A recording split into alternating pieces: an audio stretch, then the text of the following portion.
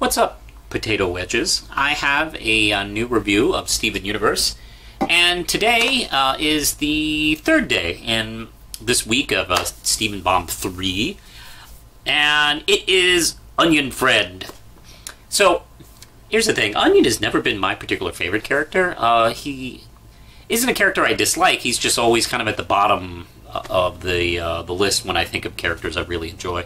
One of the things I do enjoy is the fact that he's very creepy in a very odd way. I mean, nothing about him is right. I mean, there's always something about him that is just off-center from normal, and I really enjoy that kind of creepiness with the character. And the fact that he's one of the few characters Steven doesn't like. And, you know, he doesn't like...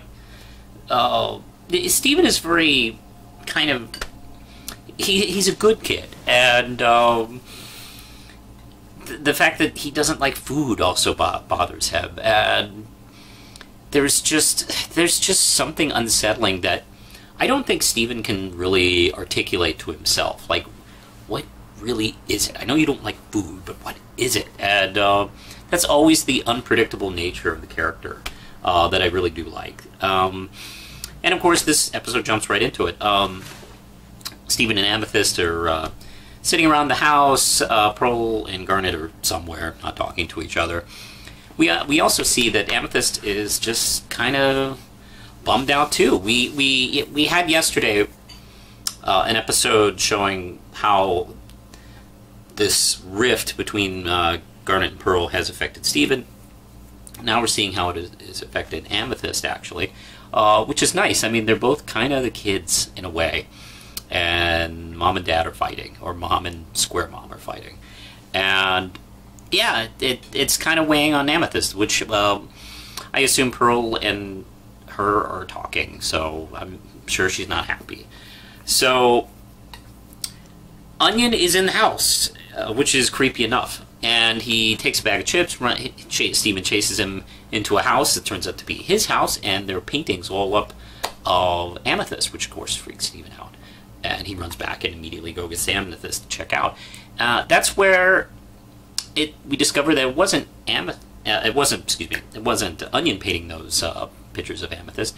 It was Vidalia, and of course this kind of like puts together all the pieces on screen that we all kind of figured out that Onion is the son of Vidalia, the girl we saw banging Marty in Story for Steven. And of course it's all pieced together too, like Sour Cream is Marty's kid. Marty's been gone, he just is a dirtbag, so he took off, and now she's married to this guy, this fisherman everyone calls Yellowtail, which may or may not be his name after all. And they of course had Onion together. And that's all very nicely kind of sewn together in this episode. Well, we realize, I didn't see this coming, that Vidalia and Amethyst were friends back in the day, back when Greg was hanging out with the gang, all when they were young. Which is really interesting, and actually does kind of make sense. Their personalities do kind of click together really well, and they haven't seen each other for, well, apparently years, maybe since Sour Cream was a baby or something like that, or at least a toddler. So it's really interesting seeing them kind of catch up. She was apparently what exactly Amethyst needed, was to just sit and chat and just forget and be with a friend for a while.